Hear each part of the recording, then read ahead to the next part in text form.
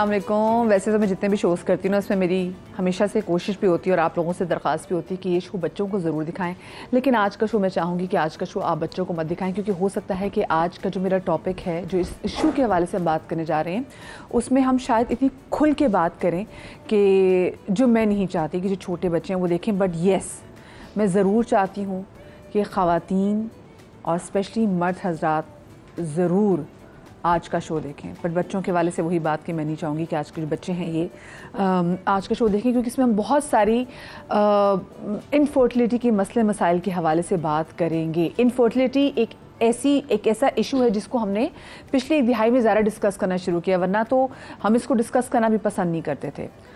और हम जब भी बांझपन के वाले से बात करते हैं, हमारे जहन में सिर्फ और सिर्फ औरत की तस्वीर आती है।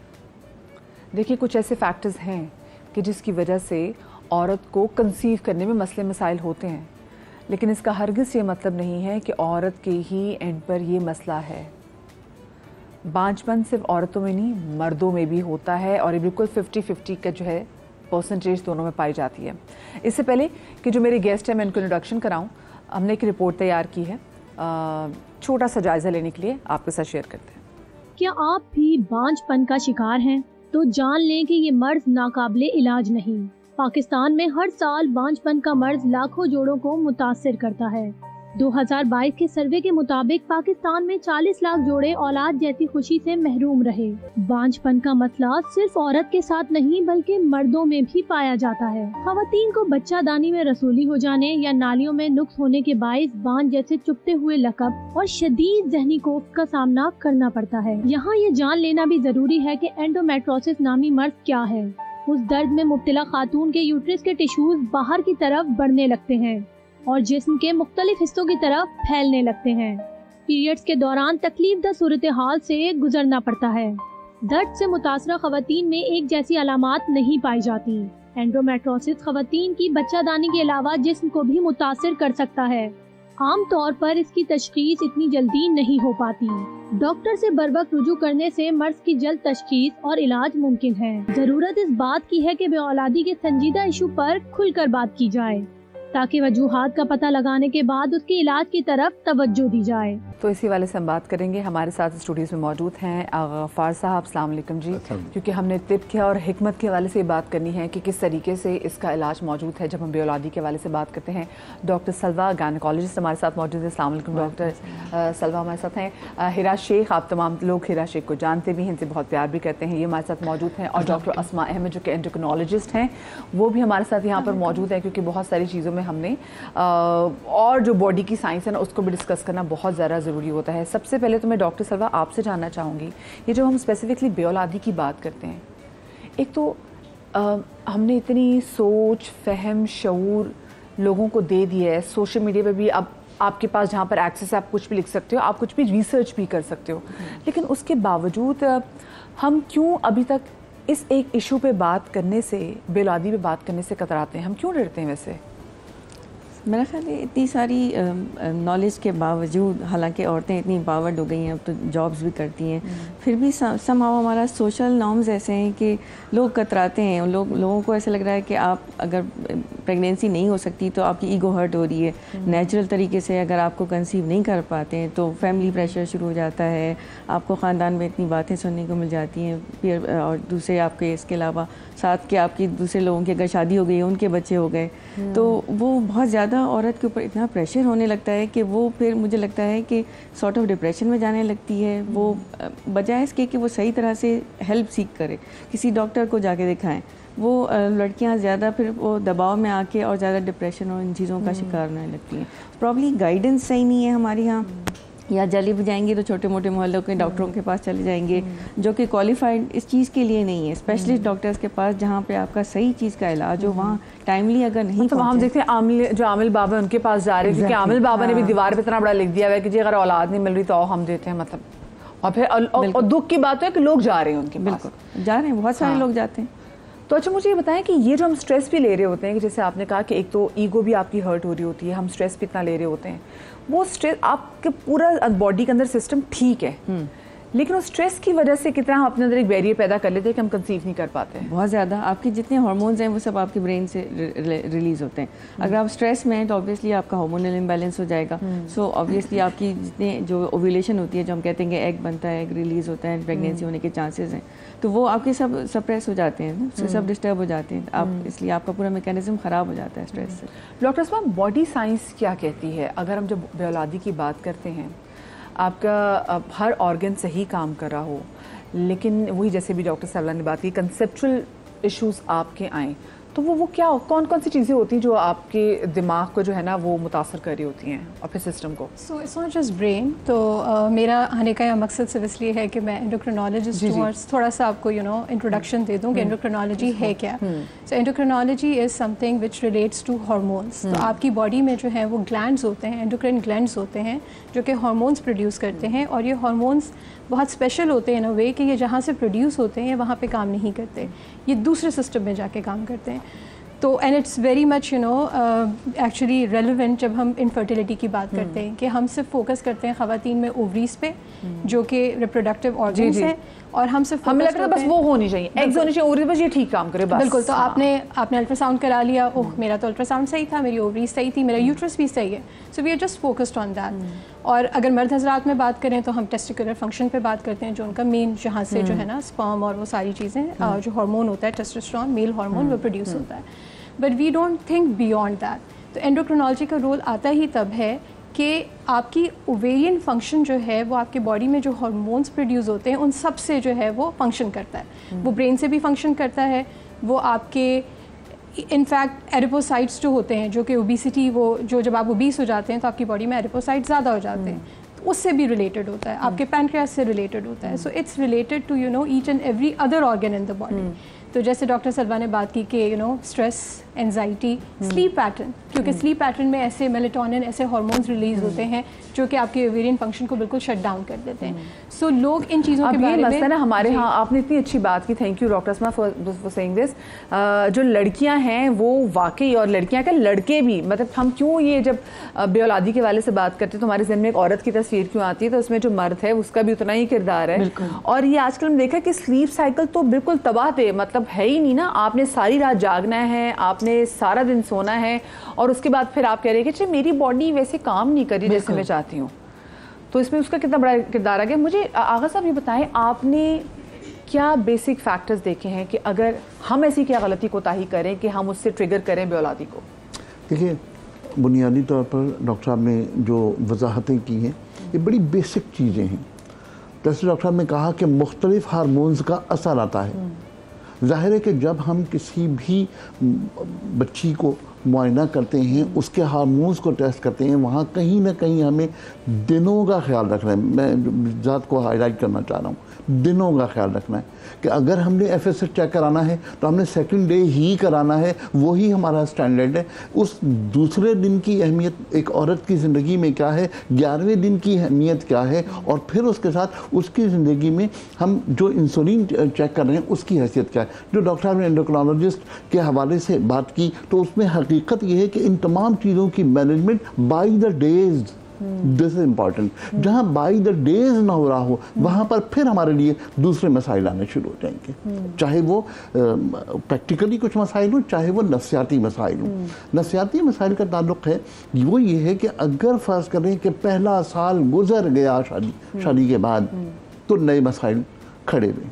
हम जिस अपने लाइफस्टाइल को आहिस्ता आहिस्ता, और ख़ास तौर से मैं आपसे कहूँ कि कोविड के बाद जो हमारा लाइफस्टाइल चेंज हो रहा है, हर घर में प्रॉब्लम आई है कि रात को 12 बजे के बाद कॉल आएगी, कोई ना कोई बंदा हाथ में कोई चीज़ लेकर के आ रहा होगा।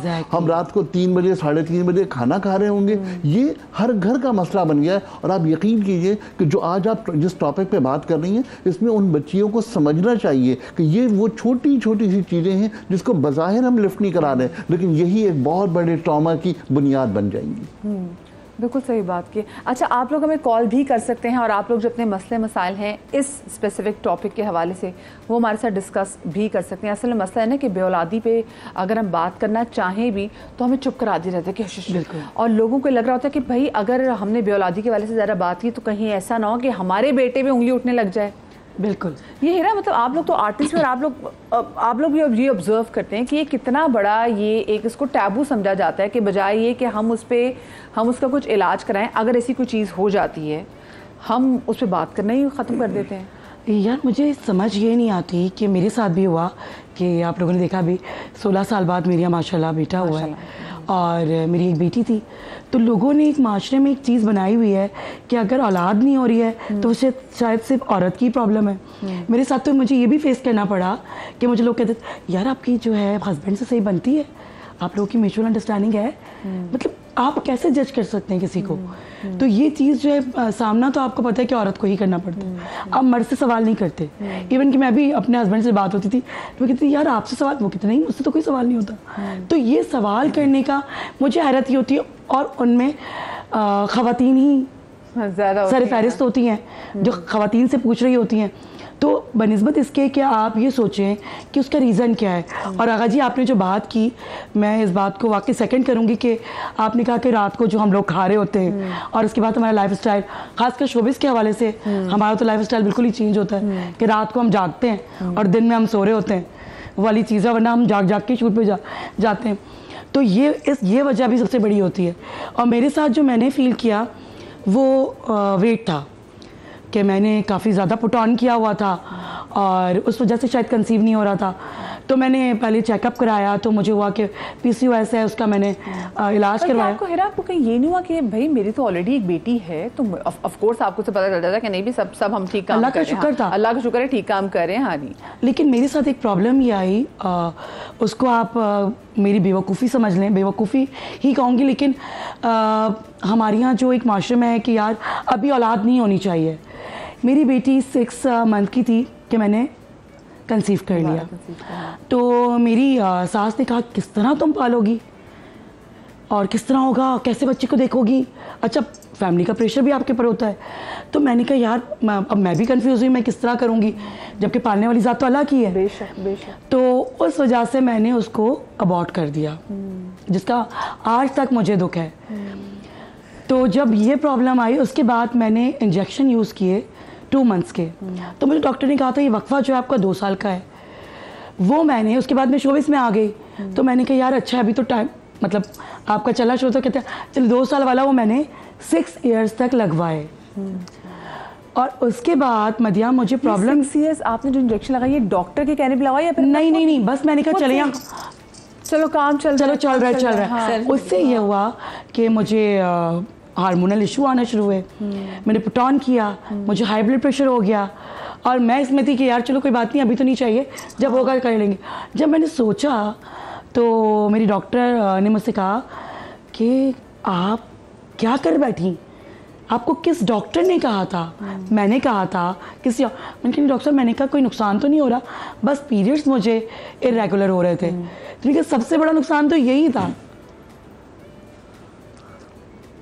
मैं आपसे करूं, वो जो डॉक्टर साहब एंडोक्राइनोलॉजिस्ट जो बता रही थी ना कि एक चीज़ का असर फिर हमारी बॉडी के मुख्तलिफ पार्ट्स में होता रहता है, हमें उसका अंदाज़ा नहीं होता। हमारे पैरामीटर्स कुछ और होते हैं, असल कहानी कुछ और होती है। जब तक के डॉक्टर को आप कंसल्ट नहीं करें, जब तक के आप उसकी राय ना लें, कोई चीज़ अपनी तरफ से करना, सेल्फ मेडिकेशन करना जुल्म है, पहली बात। दूसरी बात ये कि हमेशा मैं लोगों से दरख्वास्त करूँगा कोई भी मसला हो, खुदा के लिए टेस्ट करने में जल्दी करें। हमारे यहाँ सेकंड पार्ट है ये, टेस्ट नहीं करते भाई उसने तो कहा है थोड़ा सा और और वेट कर लो बिल्कुल ये टेस्ट अगर मैं कराऊंगा ये तो कैंसर के लिए होता है, नहीं मैंने नहीं कराना। हालांकि इसका दूसरा पार्ट ये बहुत इंपॉर्टेंट है, वो ये कि अगर फर्स्ट ग्रेड में आपका कैंसर डायग्नोस हो गया तो काबिल इलाज है, आसानी से ठीक हो जाएगा। आप उसे 4th ग्रेड तक ले जाते हैं, फिर मजबूर होकर के आप टेस्ट कराते हैं। तो भाई बायोप्सी फर्स्ट स्टेज में क्यों नहीं कराते? और बिल्कुल इसी तरह जो डॉक्टर साहब फरमा रही हैं, बिल्कुल इसी तरह हम जो सेल्फ मेडिकेशन कर रहे होते हैं, असल में हम अपना बेड़ा गर्क वहीं कर रहे होते हैं।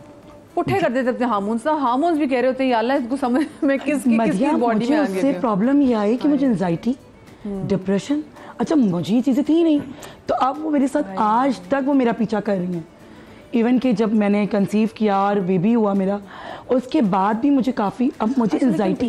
लेकिन मुझे बताइए, जो आपने इंजेक्शंस लगवाए और आपने 6 साल तक लगवाए, उसके बाद आपको खुद को ठीक करने में मतलब हिरा कितना टाइम लगा कि आप दोबारा फिर कंसीव करने, आपने दोबारा कंसीव हुआ? ये मदिया कि मैंने PCOS मुझे हुआ, उसका मैंने ट्रीटमेंट करवाया, हुआ, ट्रीटमेंट सही हो गया, टेस्ट बिल्कुल सही आ गए सब कुछ, लेकिन कंसीव नहीं हो रहा था।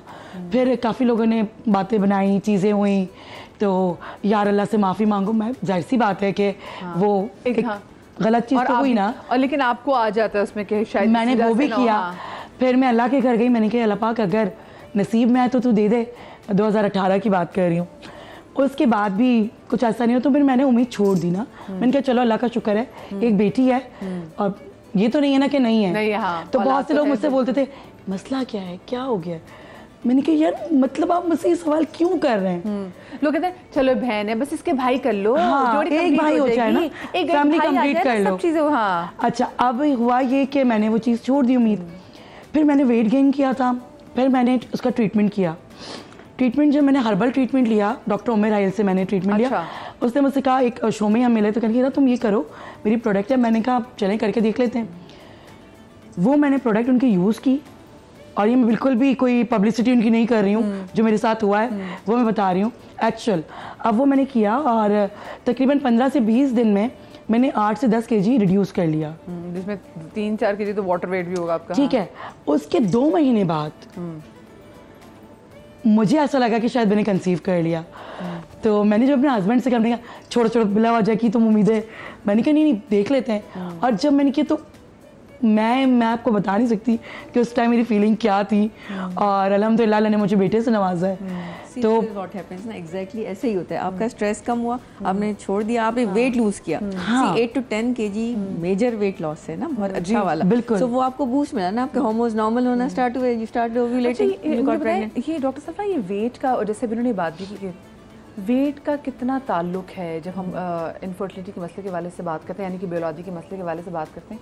साथ में मुझे ये भी बताइएगा, इसमें अल्लाह की तरफ से बेऔलादी के केसेस कितने होते हैं और हमारे खुद पाले हुए, जैसे उन्होंने बात भी की, उन्होंने इंजेक्शन लगवाती थी, बहुत सारी लड़कियां ऐसी कॉन्ट्रासेप्टिव पिल्स भी लेती हैं काफ़ी अरसे तक बगैर डॉक्टर से पूछे हुए, और उसके बाद फिर वो कहती है अब तुम्हारा सिस्टम जो है वो सही काम ही नहीं कर रहा। होता है लेकिन इतना ज़्यादा नहीं होता। लेकिन जैसे हम कहते हैं कि आप कोई भी मेडिसिन लें, डॉक्टर की एडवाइस के साथ लें। अगर कोई प्रिस्क्रिप्शन डॉक्टर लिखता है तो वो मेडिसिन वैलिड है, आपने 3 मंथ्स के लिए लिखी है तो 3 मंथ्स के लिए वैलिड है। आप 3 मंथ्स के बाद डॉक्टर को रिविजिट कर लें एंड देन सी कि उसकी नीड है कि कंटिन्यू करनी है या नहीं। जैसे कॉन्ट्रासेप्टिव मेडिसिन हैं, ये भी हम 2 years के लिए मैक्सिमम देते हैं। देन वी एक्सपेक्ट कि पेशेंट नेक्स्ट प्रेगनेंसी प्लान कर ले, ठीक है। जैसे 6 years ले लिया, बहुत ज़्यादा, इतना ज़्यादा नहीं होता हमारे यहाँ शरह, 1 से 2% होगा, लेकिन बहुत ज़्यादा नहीं होता कि इस तरह के। लेकिन मैं कोशिश करूंगी कि मैं इसको जितना ढके छुपे अल्फाज में और पूछने की कोशिश करूँ, बात करने की कोशिश करूं कि हमारे पास इन कॉन्ट्रासेप्टिव पिल्स के अलावा there are other means as well, कि जो बंदों की साइड पर आ जाता है कि बंदे एहतियात कर लें, ताकि जो औरत ये मेडिसिन जो बार बार उनको होता है कि अच्छा जी हम ये इस तरह की मेडिसिन जाके खा लें कि ताकि हम प्रेगनेंसी को अवॉइड करने के लिए। तो आपको नहीं लगता कि वो जो मेडिसिन की ज्यादती है उसकी वजह से भी ये बेऔलादी का मसला बढ़ता है? और मैं तो बल्कि एक जगह पढ़ी थी, ब्रेस्ट कैंसर की भी एक बहुत बड़ी वजह है कि जब हम कॉन्ट्रासेप्टिव पिल्स इतनी ज्यादा लेते हैं। हाँ, इसका कुछ 100% एसोसिएशन नहीं है, लेकिन कुछ स्टडीज कहती हैं। हाँ, इस तो वही ना कि हम ये कह रहे हैं कि आप मैक्सिमम 2 years के लिए लें, और डॉक्टर की गाइडेंस में अगर आप दिखाते रहें, 6 मंथली आपका चेकअप हो रहा है, ब्रेस्ट एग्जामिनेशन, आप सेल्फ एग्जामिनेशन कर रहे हैं, या आप अगर हाई रिस्क ग्रुप में फॉल करते हैं तो फिर आपको तो उस तरह की पिल्स एडवाइस नहीं की जाती। हाई रिस्क में मतलब आपकी फैमिली हिस्ट्री है, इमीडिएट आपकी मदर, खाला, फूफी या आपकी बहन, बेटी, इनमें से किसी को ब्रेस्ट कैंसर रहा हो तो फिर आप वो भी ज़्यादा रिस्क। जी जी। अच्छा, कॉलर भी हमारे साथ हैं, मोहम्मद उमर आज़ाद कश्मीर से, उनकी कॉल भी ले लेते हैं। अस्सलाम वालेकुम जी। वालेकुम सलाम। जी जी उमर भाई। वालेकुम सलाम। जी जी उमर भाई, क्या पूछना चाहेंगे? जी सिस्टर, मैं ये पूछना चाह रहा था कि डॉक्टर साहब का ये सवाल है मेरा कि मेरी मिसेज है, वो 9 साल से 9 साल से उनको प्रेगनेंसी नहीं हो रही, तो हमने 1-2 बार चेकअप भी करवा चुके हैं, लेकिन वो अभी तक जो है ना कोई रिजल्ट नहीं हो। अच्छा उमर भाई, आपसे देखें क्योंकि हम टेलीविज़न पे भी बैठे हैं और मैं नहीं चाहती कोई चीज़ें बहुत ऐसी खुल के सामने रखी जाएं जो नागवार भी गुजरे मेरे देखने वालों को, क्योंकि देखिए हमारे माँ बाप भी शो देख रहे हैं। आपने अपनी बेगम का टेस्ट कराया, तो क्या आपने अपना भी टेस्ट करवाया? जी जी। आप दोनों के टेस्ट उमर भाई क्लियर आए हैं? जी क्लियर है। अच्छा ठीक है। तो फिर डॉक्टर्स ने क्या कोई ख़ास फैक्टर बताया है कि जी अभी वज़न की प्रॉब्लम है, कुछ ऐसी डॉक्टर ने चीज़ बताई? आप डॉक्टर साहब कुछ पूछना चाहेंगे इनसे? कोई वजह तो आपकी अभी तक पता? जी जी, वजन जो है ना, मेरी मिसेस थोड़ी हेल्दी है कि उनका वेट जो है ना कम से कम वो अच्छा 90 तक 90 kg। अच्छा 90 kg। और मुझे बताएं उमर भाई, वैसे हमारी बहन है जो उनकी हाइट कितनी है? हाइट उनकी है 5.7। 5'1" पे 90 5.7। 5'7" इवन 5'7" में भी 90 kg is a lot of weight है। चले, बहुत शुक्रिया उमर ये भाई। मेरा ही वेट आ गया जो मेरा था। हाँ। और खैर अभी तो फिर मैं उसी पे आ गई हूँ क्योंकि सर्जरी हुई थी मेरी बेटे के बाद, बेटे में तो इस वजह से। लेकिन हकीकत बात यही है मदिया कि मोटापा जो है ना वो बहुत ज़्यादा मायने रखता है। मेरी एक कज़न है, हाँ, जी, अभी उसके मैं बल्कि यहाँ से आपकी बात कंटिन्यू करूँगी। और मोटापा हिट कैसे करता है तो मैं डॉक्टर असमा से पूछना चाहूँगी और फिर आगा साहब से भी, क्योंकि मुझे छोटी सी ब्रेक लेनी है। ब्रेक के बाद हाजिर होते हैं तो थोड़ा नफ्सियाती पहलू के वाले से भी बात करना चाहेंगे। डॉक्टर कुलसूम हैदर हमारे साथ होंगे, लेकिन ब्रेक के बाद।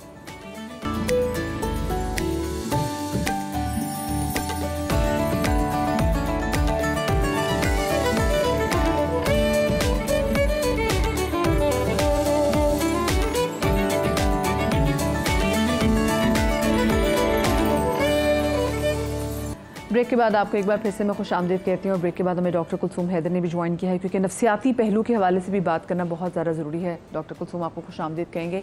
और हम क्योंकि जो हार्मोन्स के जो एकदम से बेचारे उनकी तरतीब ही आउट हो जाती है, ऐसे ऐसे आपकी बॉडी में हार्मोन्स आके आपको सलाम अलैकुम कह रहे थे कि आप कहते भाई मुझे तो चाहिए नहीं था, पर वो कहता नहीं तूने ही मुझे बुलाया है, मैं नहीं आने वाला था, तूने मुझे बुलाया, तेरी हरकतें ऐसी थी कि मैं आ गया, मैं तो खुद नहीं आना चाहता था। तो ऐसे कौन से हार्मोन्स हैं, मैं चाहती हूँ डॉक्टर असमा बताएं, कि जो आना नहीं चाहते पर हम उनको खुद वेलकम करते हैं अपनी कौन सी आदत की वजह से? कुछ हार्मोन्स ऐसे हैं जिनमें ट्रूली स्पीकिंग आपका कोई अमल दखल नहीं होता, आप कुछ नहीं कर सकते। हाँ। तो जैसे उसमें एक थायराइड हार्मोन है, तो उसमें लोग मुझसे आके पूछते भी हैं कि भाई हम थायराइड ना हो उसको प्रिवेंट करने के लिए क्या करें, या अगर थायराइड हो गया है तो अब उसको कंट्रोल करने के लिए क्या करें। Yes, anxiety, stress, it makes a lot of difference, but apart from that अगर आप डाइटरी फैक्टर्स भी देखें तो कोई ऐसी चीज़ नहीं है भी साइंटिफिक जिसमें कि जिसमें आप उसको कंट्रोल कर सकें। तो उसका इलाज वही है कि आप उसको डायग्नोज करें और आप उसको ट्रीट करें और अपना लाइफस्टाइल अच्छा रखें।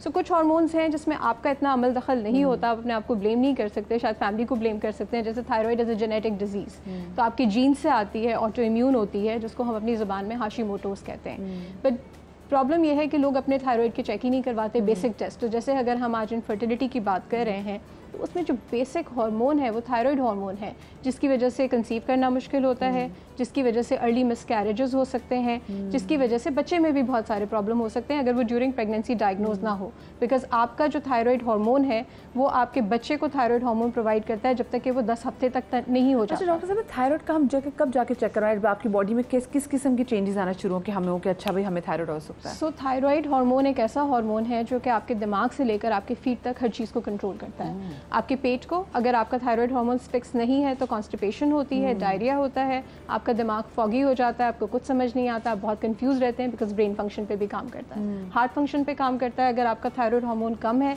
तो आपके दिल की रफ्तार कम होगी, अगर आपका थायराइड हार्मोन ज़्यादा है तो दिल की रफ्तार ज़्यादा होगी।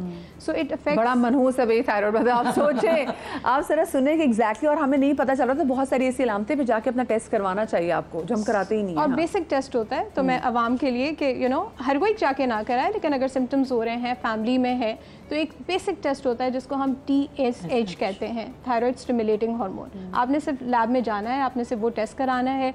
और अच्छी बात है कि अब हमारी जो रिपोर्ट्स आती हैं उसमें सामने लेवल्स लिखे हुए होते हैं कि ये नॉर्मल लेवल है। अगर आपका नॉर्मल लेवल है तो आपको डॉक्टर के पास जाने की जरूरत नहीं है, आपको पता चल जाता है। हाँ, बिल्कुल। सो ये बेसिक टेस्ट हैं। और उससे मैं एक स्टेप पहले जाऊँगी, जो आपने मुझसे सवाल किया, आई एम सॉरी, कि सबसे पहले सिर्फ आवाम को बता दें कि अगर उनको ये इशू है, जैसे इनफर्टिलिटी की डेफिनेशन क्या है ये भी लोगों को नहीं पता ना, वो भी चेंज होती जा रही है। तो इनफर्टिलिटी की डेफिनेशन ये है, और ये बहुत ज़रूरी है इसलिए क्योंकि मेरे पास जब आते हैं ना तो पूरी पूरी फैमिलीज आती हैं, सास भी आ रहे हैं, ससुर भी आ रहे हैं, उनके भाई भी आ रहे हैं। आई मीन बच्चा पैदा करना, I'll be very frank here, you know, TV पे बैठ के, बिकॉज जब तक हम नहीं कहेंगे ये बात नहीं होगी. आई एम श्योर कि हमारे यहाँ फैमिली पूरी होती है जो इन्वॉल्व है, और होना चाहिए. हमारा सिस्टम यही है, बिकॉज हम इस पर हम प्राउड भी फील करते हैं. पर एक बच्चा पैदा करना एक हस्बैंड और वाइफ का एक जाती अमल होता है. किसी कैदी को पकड़ के लेकर आ रहे हैं कि किसी पागल को पकड़ के लेकर आ रहे हैं जो पकड़ा नहीं जा रहा ना, वो बहुत ज्यादा डिप्रेशन में जी. सो इनफर्टिलिटी पे हम बात जरूर करें, लेकिन इसका ये बैकफायर भी कर सकता है हमारे टीवी पे अवाम के लिए. कि हो सकता है कि 4 महीने शादी को हुए हैं और जो है सास जो है वो अपनी बहू को हमारे पास लेकर आ रही हैं, which is not good. You know कि वो 4 महीने में अगर आप एक खातून पे ये जुल्म कर रहे हैं कि बच्चा क्यों नहीं हुआ और इनफर्टिलिटी की डेफिनेशन में आ गया है, तो वो डेफिनेशन नहीं है. इनफर्टिलिटी डिफाइन ही तब होता है जब 1 साल हो गए हैं और मियाँ बीवी साथ रहते हों. मैंने बहुत सारे ऐसे कपल्स देखे हैं जब मियाँ जो है वो कतर में रह रहे हैं या अबू धाबी में रह रहे हैं और बीवी यहाँ रह रही है और सास के साथ बहू आ रही है कि ये बच्चा क्यों नहीं हो रहा है. So it's not possible. ये मुझे लग रहा है डॉक्टर इसी बात में आगे से कंटिन्यू भी करूँगी, लेकिन इसी बात से डॉक्टर सलवा आपके पास भी ऐसे केसेस यूँ आते हैं कि बहुत जो स्पेशली जो लोग बाहर अब जॉब के लिए, हमारे यहाँ इतना अनएम्प्लॉयमेंट हो गई है, लोग जाते हैं. अब वो छुट्टियों में थोड़े दिन के लिए आते हैं, महीने में मतलब साल में आप आए 10 दिन 15 दिन, और वो फिर ऑब्वियसली प्रेगनेंसी नहीं होती. अब ऑब्वियसली 10-15 दिन आए हैं, उस 10-15 दिन में आप इतना आर्टिफिशियल मैकेनिकल कैसे कर सकते हैं ना, टाइम लगता है चीज़ों में. अच्छा, मुझे समझ ये नहीं आता, बहुत सारे कपल्स आते हैं मदिया, मुझे समझ ये नहीं आता, जो सास, अगर लोग मुझे सुन रहे हैं तो मैं यही कहूँगी, जो सास अपनी बहू को लेके जा रही हैं 4 महीने में, 6 महीने में, या साल में, वो सबसे पहले अपनी बेटी को लेके क्यों नहीं जा रही? नहीं, वो नहीं, उनमें नुक्स थोड़ी होगा. बेटा ठीक नहीं, तो देखिए ना ये चीज़. अच्छा, ये भी तो हार्मोन है जिसमें आप अपने बेटे का चेकअप नहीं कराते. सिर्फ औरत को ही कराना है लेकिन इससे भी आपने बात की, मुझे बताएं कि खुद आपको being a women how do you feel जब आप देखते हैं कि एक लड़की जिस पे ऑलरेडी एक प्रेशर है कि जी उसने इस ख़ानदान को एक कोई सपोर्ट या वारिस या कोई बच्चा देना है, उसमें अगर उसका देवर, उसके सास ससुर, वो लोग जिनसे वो बात करने में भी कतराती है, और जब आप उस पर और ज़्यादा प्रेशर लाद देते हो तो उसके लिए तो आप और हर्डल्स पैदा नहीं करें हार्मोनल. बिल्कुल वो है, और मैं इस पर बहुत साइंटिफिक ही रहूँगी. तो मैं जो जहाँ से बात शुरू की थी कि डेफिनेशन जो है वो 1 साल की आती है, तो वो जब ड्यूरेशन पूरा हो जाए तो आपको लगे कि देयर समथिंग रॉन्ग और आप खुद भी चाह रहे हैं, तो फिर आप डॉक्टर से रुजू करें. अब आप कौन से डॉक्टर्स के पास जाएंगे, this is also very important. तो इसमें गायनेकोलॉजिस्ट का बहुत रोल है और उसमें एंडोक्रिनोलॉजी का भी बहुत रोल है, बिकॉज गायनेकोलॉजिस्ट बहुत दफ़ा सारे हार्मोन्स के टेस्ट करा लेते हैं, और उसमें अगर हार्मोन्स में, जिसमें थायराइड की बात की मैंने, इन्होंने ओबेसिटी की बात की थी, डॉक्टर साहब ने भी ओबेसिटी की बात की थी, डॉक्टर सलवा ने बात की थी. ओबेसिटी बहुत मेन फैक्टर है. हमें एक फ़ोन कॉल भी रिसीव हुई थी जिसमें उन्होंने 90 kg वेट बताया था, और आपने बहुत अच्छा सवाल किया था कि भाई हाइट क्या है.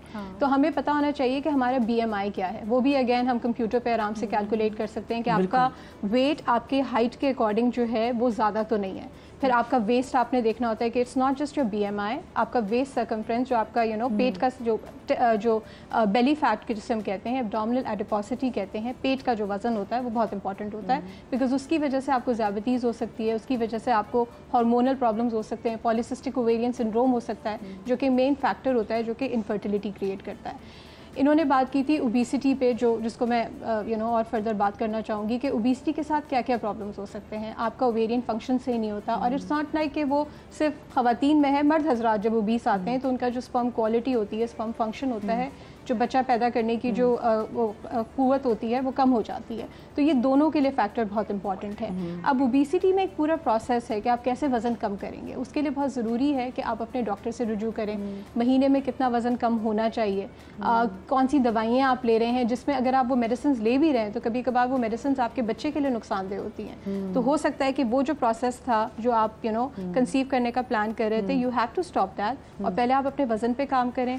और वज़न पे काम करने से ये होगा कि आपकी ना सिर्फ कि प्रेगनेंसी, मैं सिर्फ जब मेरे पास पेशेंट्स आते हैं तो मैं कहती हूँ कि हम वज़न पे यहाँ इसलिए काम नहीं करें कि सिर्फ आप कंसीव कर लें, बिकॉज सिर्फ एक खातून का काम ये नहीं होता. एक तो हेल्दी बेबी, हेल्दी मदर, खातून में डायबिटीज़ ना हो, बच्चे में डायबिटीज़ ना हो फ्यूचर में, क्योंकि अगर मेरा वज़न आज ज़्यादा होता है और मैं कंसीव करती हूँ तो ना सिर्फ मुझे डायबिटीज़ होने के चांसेस हैं ड्यूरिंग प्रेगनेंसी, आफ्टर प्रेगनेंसी, बल्कि मेरे बच्चे में जो है वो शुगर होने के चांसेस. हम हेल्दी बच्चे के वाले से बात तो करते हैं कि हम हेल्दी मदर के उस पर आते ही नहीं है. अभी हमारे साथ कॉलर भी है नाजिश ननकाना साहब से. अस्सलाम वालेकुम जी.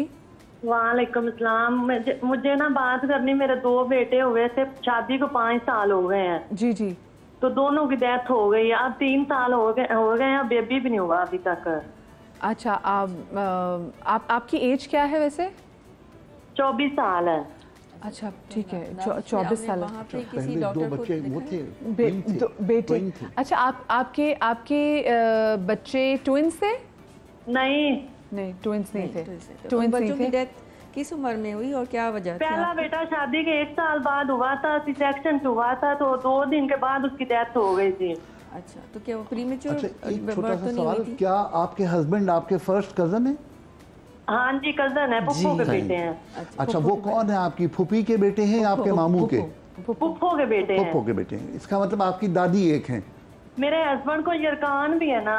अच्छा, इनके हस्बैंड को टाइफाइड भी है। ठीक है। सो आपके जो दोनों बच्चे हुए उनकी तो डॉक्टर ने कुछ बताया होगा ना कि उनकी डेथ किस वजह से हुई? Nazish, I think call कटूंगा। Nazish हमारे साथ मौजूद है। अच्छा हकीम साहब, बहुत सारी जगहों पे मसला ये भी होता है कि ख़वातीन जाती नहीं डॉक्टर्स के पास, बस वो कहती है कि अच्छा ये हो गया और वो देखें मियाँ को वो तो टाइफाइड तो है ही, और साथ में अब सोचें 9 महीने आपने एक बच्चे को पेट में रखा होता है, उस बच्चे से जो भी आए नहीं उसकी उनसियत आपसे और होती है, फिर वो 1 या 2 दिन के बाद चला जाए तो वो उसका फैक्टर भी है। तो हम ये नफ्सियाती इस फैक्टर को क्यों नहीं समझते कि क्या उस पर लोड है, हमारी टोल है हम पे? देखिए नफ्सियाती फैक्टर पर आने से पहले एक जुमले की मैं आगे ले जाऊंगा। डॉक्टर साहब ने फरमाया कि शादी के बाद कम से कम 1 साल तक आप इंतज़ार कीजिए, किसी भी पॉजिटिव रिपोर्ट का टाइम दीजिए। मैं अगर मज़हब के हवाले से बात करूं, खुदा ना खास्ता किसी वक्त मियाँ और बीवी में अंडरस्टैंडिंग नहीं है और उनको अलहदा कर दिया जाए या वो हो जाएं, तो उन दोनों को इलाज के लिए कम से कम 1 साल का वक्त दीजिए, ये शरीयत कह रही है। देखिए कितनी ये बड़ी बात बता। देखिए तो जो ये छोटी छोटी बातों पर हम नफ्सियाती खौफ पाल लेते हैं और मसाइल पाल लेते हैं और बेसिक चीज़ों से हम बिल्कुल नाबलद होते हैं।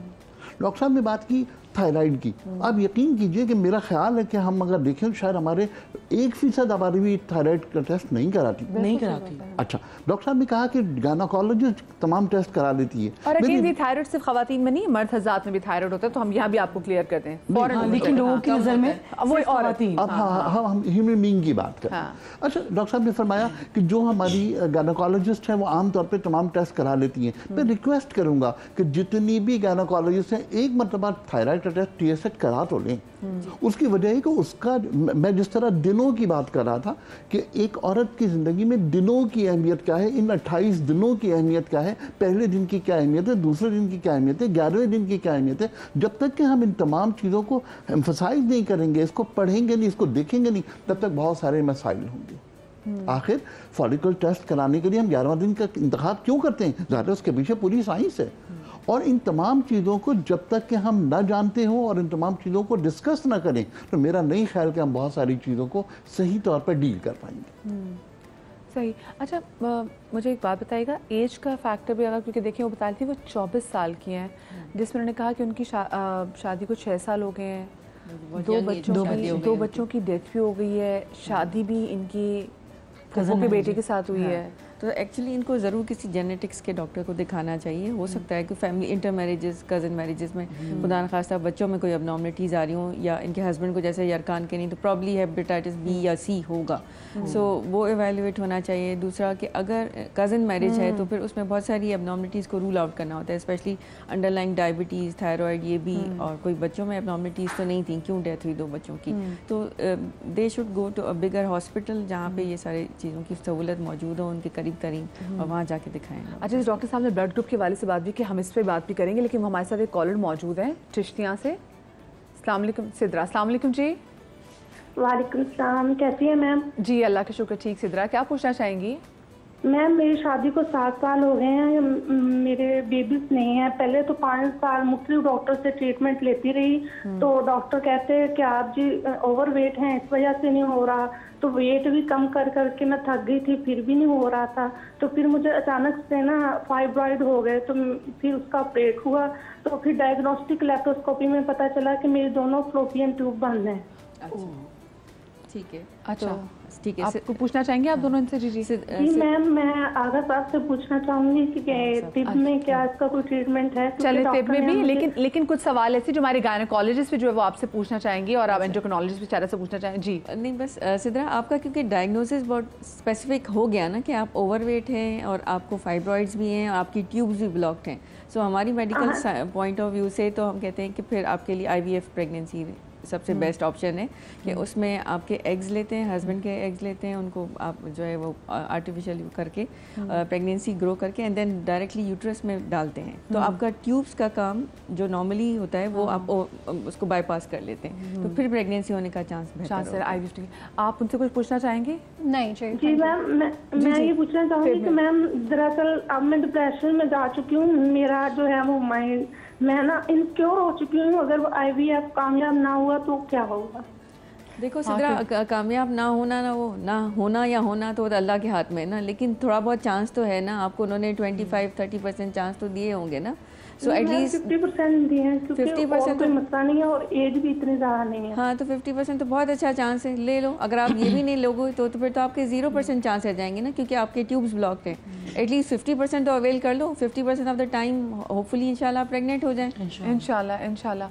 अच्छा, लेकिन जो उन्होंने बात की, जो वो जैसे बात करते हुए रोल थी, उन्होंने कहा कि वो डिप्रेशन में बहुत जा चुकी हैं। सो मुझे बताएं, और ये सिर्फ सिद्रा नहीं है, इसे हम बहुत सारी ख़वातीन को देखते हैं कि जो साइकोलॉजिकल तौर पे आप उनको देखें वो बेचारी तबाह हो चुकी होती हैं, तो फिर हम उनसे एक्सपेक्ट भी कर रहे थे कि फिर आगे एक और ज़िंदगी को भी दुनिया में लेकर आएँ, तो ऑफ कोर्स वो जो इसके रिपोर्कशंस है वो बच्चे में भी कहीं ना कहीं आगे हम देखेंगे, तो इसको हम कैसे डील कर सकें? एक्चुअली मैं इससे स्टार्ट करूँगी कि अगर आप इंसान को एक मुकम्मल तौर पे देखें तो जहन को हम बिल्कुल अलग कर देते हैं, जिस्म को अलग कर देते हैं। जैसे अदर ऑर्गन्स हैं, हार्ट है, लंग्स हैं, किडनीज़ हैं, इसी तरह ब्रेन भी आपका एक ऑर्गन है। जितनी भी जिस्मानी अमराज होते हैं वो आपकी नफ्सियात को मुतासिर करते हैं, जहन को मुतासिर करते हैं, और इसी तरह हो सकता है कि शख्सियत के कुछ ऐसे पहलू पहले से ही हों कि आपकी शख्सियत में परेशानी, उदासी, मायूसी, मिजाज में उतार चढ़ाव पहले से ही हो रहा है, और भी पीछे जाएं तो मौरूसियत में भी मौजूद हो, जेनेटिक्स भी हो, पेरेंट्स में हो, फैमिली हिस्ट्री में आपकी जहनी अमराज हों, तो ये बहुत सारे अवामिल इसमें काम कर रहे होते हैं। और फिर इंसान का जिस्म मुख्तलिफ़ कीमियाई मादों से, जो न्यूरोट्रांसमीटर्स आपके ब्रेन में हैं और आपके जिस्म में मुख्तलिफ़ हार्मोन्स काम कर रहे हैं, तो पूरा एक मुकम्मल कायनात है इंसान के अंदर। तो अब जहाँ पे बात नफ्सियात की आती है, उदासी, मायूस की, डिप्रेशन की आती है, तो इस केस में जो अभी जो वो फरमा रही थी कि जैसे 50% चांसेस हैं, इस केस में तो मैं कहना चाहूँगी, देखें, उम्मीद जो है ना, होप, वो हमारा एक ऐसा पिलर है कि आई थिंक पाकिस्तान में जब कोविड आया तो शायद एक उम्मीद ने ही हमें बचाया, जो हमारा सिस्टम था। और होप एक्चुअली वो बाकी अल्लाह की तरफ से सिस्टम चल रहा था, क्योंकि हम लोगों ने किसी किस्म की एहतियात नहीं की। और होप को मैं एक ऐसा एंकर, एक ऐसी रस्सी समझती हूँ जिस पे आपको लटकना ज़रूरी है। तो उम्मीद का दामन ज़रूर इख्तियार करना चाहिए। बाकी दूसरी बात यह है कि इलाज के बहुत सारे तरीके हैं, बिल्कुल परेशान ना हो, जैसे और बीमारियाँ हैं इस तरह डिप्रेशन का इलाज मौजूद है। अगर आपको लग रहा है कि आपको उदासी, मायूसी मुस्तकिल तौर पे है, तो आप साइकेट्रिस्ट के पास ज़रूर जाएं, साइकोलॉजिस्ट के पास ज़रूर जाएं, बर वक्त तशख़ीस करें। वो चीज़ हल होगी तो ज़ाहिर फिर जिस्मानी अलामात बेहतर होंगे, तो ओवरऑल एक ओवरऑल वेलबींग आएगी आपकी। दोनों कनेक्टेड है एक दूसरे से। सही। अच्छा आगा साहब, जैसे वो कहती है कि तिब में इसका कोई इलाज, मुझे पूछना भी चाहिए स्पेसिफिक में चाहती हूँ। जो ब्लॉकेज हो गई है उसका तो इलाज मेरा नहीं ख्याल कि किसी दवा से फौरी तौर पर मुमकिन है।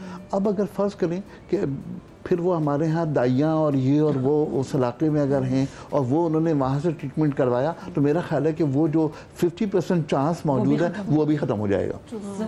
तो जो डॉक्टर साहब ने मशवरा दिया, मेरा ख्याल है ये बहुत अच्छी बात है। देखिए, ट्यूब ब्लॉक हो रही हैं, आपका फॉलिकल डेवलप नहीं कर पा रहा, वो किसी भी तरह मेडिसिन लेकर के फॉलिकल आपका डेवलप करके आपको प्रैक्टिकली प्रेग्नेंट कर देंगे।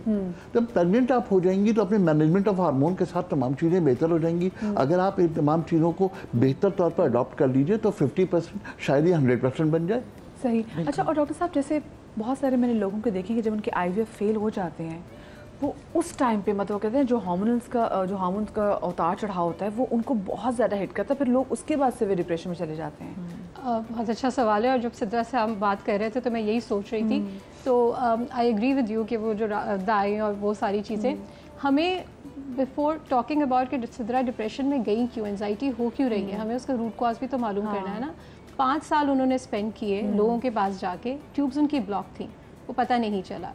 हमारे यहाँ पाकिस्तान में अनफॉर्चुनेटली इशू ये है कि कोई अकाउंटेबिलिटी नहीं है, कोई चेक एंड बैलेंसेस नहीं है। आप रास्ते में देखें इश्तिहार लगे हुए होते हैं बांझपन का मुकम्मल इलाज, जो हमारी जो नॉर्मल पॉपुलेशन है वो फॉलो कर रही है। और बांझपन इनफर्टिलिटी इतना डेस्परेट इशू है कि उसमें आप किसी भी खातून से कहें वो कहीं भी जाने के लिए तैयार हो जाएगी। आप कहें ये वजीफ़े करा लें, आप कहें कि वहाँ पे जाके आपको 10 दिन तक जो है वो बैठना है, कुछ नहीं करना, कुछ भी करने के लिए तैयार हो जाएंगी। और अनफॉर्चुनेटली हमारे जो आसपास के लोग हैं वो इस चीज़ का फ़ायदा उठाते हैं। तो इनका डिप्रेशन में जाने का कॉज सिर्फ इनफर्टिलिटी नहीं है, वो इमोशनल इन्वेस्टमेंट है जो उन्होंने हर जगह जाके की है, उस पर टाइम स्पेंड किया। बिकॉज हर डॉक्टर के पास या हर किसी के पास भी वो जाती होंगी, हो पाते थे और वो फिर शैटर हो जाते थे कि नहीं हुआ, और वो जो वो था उससे रिकवर करना मे बी 10-15 साल उनको और लगेंगे। तो अच्छा, हमें वो कॉलेज में आया तो मैं कॉलेज को भी ऐड कर चाहूँगी, फिर आपकी इस बात को यहीं से कंटिन्यू करूँगी। हमारे साथ एक भाई हैं, मैं उनका नाम नहीं लेना चाहूँगी, गोकर्ण नाम तो बताया, मियाँ चन्नू से इनका ताल्लुक है। अस्सलाम वालेकुम जी। हेलो, अस्सलाम वालेकुम जी, मुझे आवाज़ नहीं आ रही। हेलो, अस्सलाम वालेकुम। जी जी, अस्सलाम वालेकुम जी। हेलो, अस्सलाम वालेकुम। वालेकुम अस्सलाम, आपको मेरी आवाज़ आ रही है? हेलो, अस्सलाम वालेकुम। I think we need to drop the call क्योंकि उनको मेरी आवाज़ नहीं आ रही।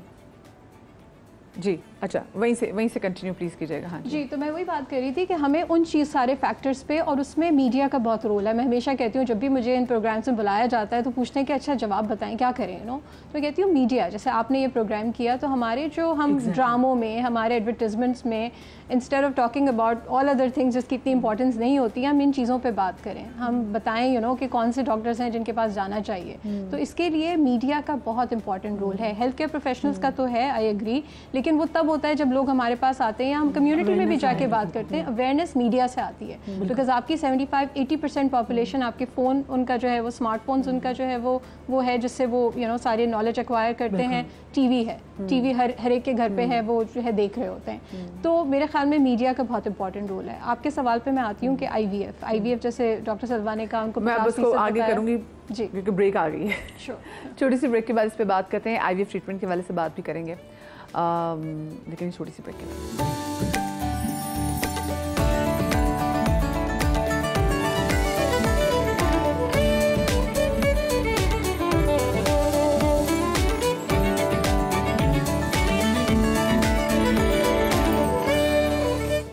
ब्रेक के बाद आपको एक बार फिर से खुश आमदीद कहते हैं, और आज हम बात करें बेऔलादी के हवाले से। और वही बात कि बेऔलादी के बारे में हम जब बात करते हैं तो आप ख़वातीन को ना जहन में रखें, आप मर्दों को भी जहन में रखें कि अगर उसको बेचारी को कुछ मसले मसाइल हैं इंटरनल बॉडी की तो इसको भी हो सकते हैं। अगर स्ट्रेस की वजह से वो कंसीव नहीं कर पा रही तो स्ट्रेस की वजह से वो भी जो है वो इस काबिल नहीं है कि मतलब वो नहीं आगे चीज़ें जो अपनी रिप्रोडक्शन सिस्टम को वैसे तरीके से आगे नहीं लेके जा पा रहा। तो ये भी एक बहुत बड़ा फैक्टर है। अभी जैसे हमारी कॉलर बहन की कॉल आई थी और वो बता रही थी कि उनकी दोनों ट्यूब्स ब्लॉक है, तो उनको डॉक्टर साहब ने कहा था कि ठीक है आप IVF जो है अगर चांसेस डॉक्टर ने कहा है सो प्लीज़ आप रिस्क ज़रूर लें। लेकिन वही बात जो मैं ब्रेक पर जाने से पहले जहाँ मैंने बात ख़त्म भी की थी कि जो IVF के लोगों को ये भी डर होता है कि खुदा ना खासा व्हाट इफ अगर ये फेल हो गया तो क्या होगा। डॉक्टर सलवा ने बहुत अच्छी बात की थी कि IVF फेल भी हो गया तो ऑब्वियसली हर चीज़ के कोई 100% चांस नहीं होते, और चांसेस भी वेरी करते हैं बेस्ड ऑन इंडिविजुअल। कपल को आपने देखना होता है, तो सपोज़ अगर एज ज़्यादा है दोनों में से किसी की भी, अगर स्पर्म क्वालिटी इतनी अच्छी नहीं है जो कि मर्द हजरात की आपने असेस करनी होती है, ख़वातीन के कुछ ऐसे इश्यूज़ होते हैं, तो उस हिसाब से उसके बेसिस पे कपल को परसेंटेज दी जाती है कि ये आपका सक्सेस रेट होगा, एंड नॉट नेसेसरली कि आपका सक्सेस रेट उतना ही हो।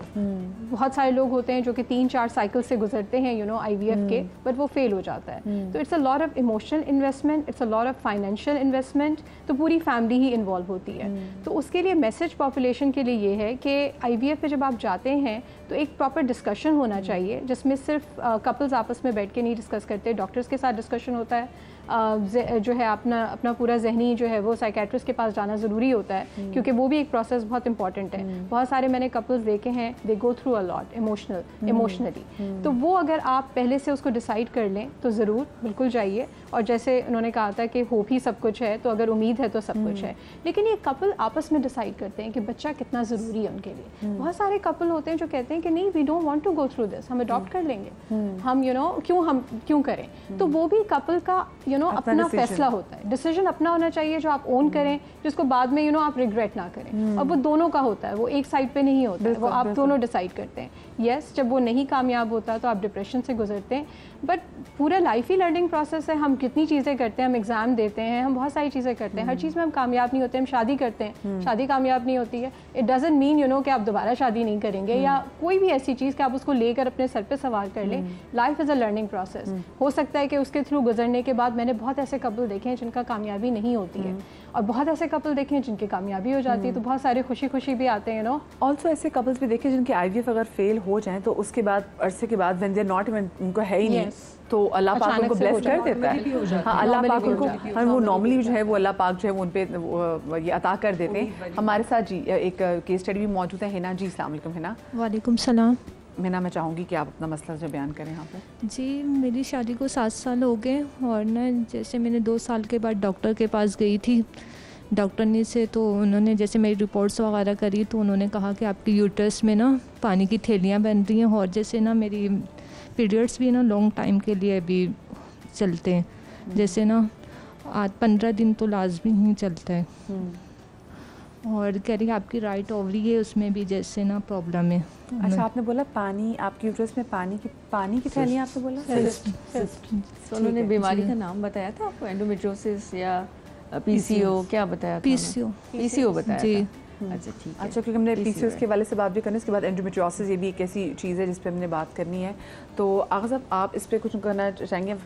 देखिए, जो इन्होंने कहा कि पानी की थैलियाँ बन गई, वो सिस्ट हैं। सिस्ट का ताल्लुक कहीं ना कहीं एंडोमेट्रियम से है, एंडोमेट्रियम से भी है, मैनेजमेंट ऑफ हार्मोन से भी है। और जब तक कि वो तमाम चीज़ें ठीक नहीं होंगी, सारे मसाइल कभी भी ठीक नहीं होंगे। नंबर 2 बात ये कि 2, 3 साल, 4 साल बाद आप डॉक्टर के पास गए, थोड़ी सी कहीं कॉम्प्लिकेशन थी जो बहुत ज़्यादा बढ़ गई। अब ये तमाम चीज़ें जो है, इसके लिए जो हम आज तमाम चीज़ों को कहने की कोशिश कर रहे हैं, इसमें जिस तरह इनका मसला है या और मसला है, डॉक्टर साहब ने भी कुछ चीज़ें डिस्कस की, मैं सिर्फ एक एडवाइस इस प्लेटफॉर्म से देना चाहूँगा कि वो लोग जो इनफर्टिलिटी के पेशेंट्स हैं, वो कभी भी डॉक्टर के पास अपने ख़ानदान को ले जाने के बजाय प्रीफर करें कि सिर्फ कपल जाए। कपल जब तक के खुद नहीं जाएगा तब तक के दोनों का इंटरेस्ट शो नहीं होगा। वरना तो हमारे यहाँ तो रिवायत है कि जो साहब हैं, उन्होंने पहली शादी में औलाद से औलाद नहीं हुई तो उन्होंने दूसरी कर ली, दूसरी हुई तो तीसरी कर ली, तीसरी के बाद किसी ने समझाया कि भाई अपना भी टेस्ट करा लो, तो पता चला कि वहाँ 0 था। तो मेरी दरख्वास्त ये कि जो हम आज अगर मुख्तसर तरीन पैगाम इस पूरी महफिल का अगर देना चाहें, तो मेरा ख्याल है कि पैगाम यही है कि जी, कपल हमेशा डॉक्टर के पास जाए। हाँ, उनका एक अपना कंफर्ट लेवल भी। नीलम बुखारी हमारे साथ कॉलर भी मौजूद है। अस्सलाम वालेकुम जी। वालेकुम सलाम जी नीलम, आप क्या कहना चाहेंगी? मैं ये कहना चाह रही हूँ कि मुझे 6 साल से औलाद नहीं हो रही। जी जी जी, तो मुझे मस्त कौन से टेस्ट करवाने हैं जिससे पता लगे कि मुझ में कोई कमी है या मेरे हस्बैंड में। अच्छा, आप किसी गायनेकोलॉजिस्ट के पास वैसे गई हैं? गए हैं, लेकिन रिजल्ट कुछ अच्छा नहीं मिला। 2-3 मंथ के लिए इलाज करवाया है, लेकिन अभी तक कुछ नहीं हुआ। तो अभी डॉक्टर से बात करनी है कि मुझे जब देखिए नीलम, मुझे एक चीज़ बस आपको समझानी है कि देखिए 2-3 महीने के इलाज से कुछ नहीं होता, ठीक है। एक तो आप प्रॉपर गायनेकोलॉजिस्ट को दिखाएं जो कि आपके प्रॉपर जो बेऔलादी का इलाज करें। आपके टेस्ट होंगे सारे आपकी हिस्ट्री के हिसाब से, कि आपके जो सिम्टम्स होंगे उसके हिसाब से। कुछ हार्मोन्स के टेस्ट होते हैं, जैसे साहब ने भी बताया कि वो माहवारी के कुछ स्पेसिफिक डेज में हम कराते हैं। पहले पता चले कि आपके तशखीस हो जाए कि प्रॉब्लम क्या है। आपकी बच्चेदानी में प्रॉब्लम है, ट्यूब में, या आपके अंडे नहीं बनने, उसके हिसाब से फिर इलाज तजवीज़ किया जाता है। लेकिन इस ज़रूरी चीज़ समझने वाली ये है कि इसमें इलाज में टाइम लगता है, ठीक है, 3 महीने, 6 महीने, साल भी लग सकता है। आप डॉक्टर के पास एक दफ़ा जाके मायूस ना हो जाए। आपको वैसे डॉक्टर ने बताया क्या था, प्रॉब्लम क्या है? मुझे बस जब महीने की साइकिल शुरू स्टार्ट होती है तो मुझे दर्द होता है फांसी में। अच्छा, मैं समझ। अच्छा, आपके हस्बैंड ने वैसे टेस्ट कराया अपना? नहीं, वो कहते हैं कि जब आपको बेबी हो जाएगा तो ये मसला ऑटोमेटिक दूर हो जाएगा। अच्छा अच्छा, ठीक है। आपको डॉक्टर ने कहा? अच्छा, आपको एंडोमेट्रियोसिस तो नहीं बताया उन्होंने? हाँ। तो अभी मुझे ये मालूम करना है कि मुझे कौन सी लाजमी टेस्ट जो ज़रूरी है वो करवानी चाहिए। अच्छा, ठीक है। आपने ये बताया है, जो मुझे समझ में आया है कि आपको माहवारी के दिनों में दर्द होता है, ठीक है। माहवारी के दिनों में जो दर्द होता है उसकी जो अलामात होती हैं उसमें एक चीज़ जो हमें रूल आउट करनी होती है कि पेशेंट को एंडोमेट्रियोसिस तो नहीं है। एंडोमेट्रियोसिस में क्या होता है कि जो यूट्रस की जो बच्चेदानी की लाइनिंग होती है उसका टिश्यू बच्चेदानी के अलावा बाहर भी आपके टिश्यू में कहीं ना कहीं हो सकता है, आपके ट्यूब्स के ऊपर हो सकता है, ओवरीज में हो सकता है, या पीछे आपकी जो दीवार होती है रेक्टम और उसके दरमियान स्पेस होती है उसमें भी हो सकता है। तो उसमें क्या होता है कि क्योंकि नॉर्मल वुड एरिया पे एंडोमेट्रियम नहीं होता, जब उन ख़वातीन को माहवारी आती है तो मेंसेस के दिनों में कुछ ना कुछ ब्लड जो है, कुछ बैकफ्लो होता है वहाँ से ट्यूब्स के थ्रू वहाँ जाके वो गिरता है, या कुछ ब्लड वेसल्स या लिम्फेटिक्स के थ्रू वहाँ जाके स्प्रेड होता है। बहुत सारी थ्योरीज हैं कि क्यों होता है वो, क्योंकि ब्लड वहाँ डिपॉजिट होता है तो इन्फ्लेमेशन करता है, वो हमारी पूरी बॉडी का डिफेंस सिस्टम आ जाता है उसको क्लियर करने के लिए कि ब्लड यहाँ क्यों डिपॉजिट हुआ है। तो जब वहाँ पे इन्फ्लेमेशन होती है तो पेन करेगा, ऑब्वियसली पेन होता है, स्कारिंग होती है, तो टिश्यू वहाँ का डैमेज होता है। तो इस तरह की जो ख़वातीन होती हैं, बच्चियाँ होती हैं, ये 15 से 44 ईयर्स की उम्र की रिप्रोडक्टिव एज ग्रुप जो होता है इसमें ये बीमारी तकरीबन 6 से 10% औरतों को होती है। लेकिन एंडोमेट्रियोसिस आपको माँ बनने से रोक नहीं सकती। अगर आपकी बीमारी की बहुत सारी लड़कियां जिनको एंडोमेट्रियोसिस है वो कंसीव भी करती हैं, बच्चे भी पैदा करती हैं। हाँ, लेकिन उनमें से 10 से 20% को अगर एंडोमेट्रियोसिस बहुत ज़्यादा हो, जिसकी हम स्टेजिंग करते हैं, स्टेज 3 और 4 हो, तो उसमें फिर आपकी प्रेगनेंसी के चांसेस बहुत कम होते हैं, क्योंकि आपकी ट्यूब्स भी ख़राब हो जाती हैं, उसमें आपका एग्स जो है क्वालिटी भी ख़राब होती है, एग का पिकअप अगर ट्यूब्स ख़राब हो, प्लस फिर बच्चेदानी वो भी ख़राब हो सकता है, बच्चेदानी की जो लाइनिंग है वो ख़राब होती है, तो कभी कभी प्रेगनेंसी हो जाए तो मिसकैरेजेस का रिस्क होता है। तो उसकी वजह से आपका ओवरऑल इंसिडेंस प्रेगनेंसी का बहुत कम होता है अगर स्टेज 3-4 हो।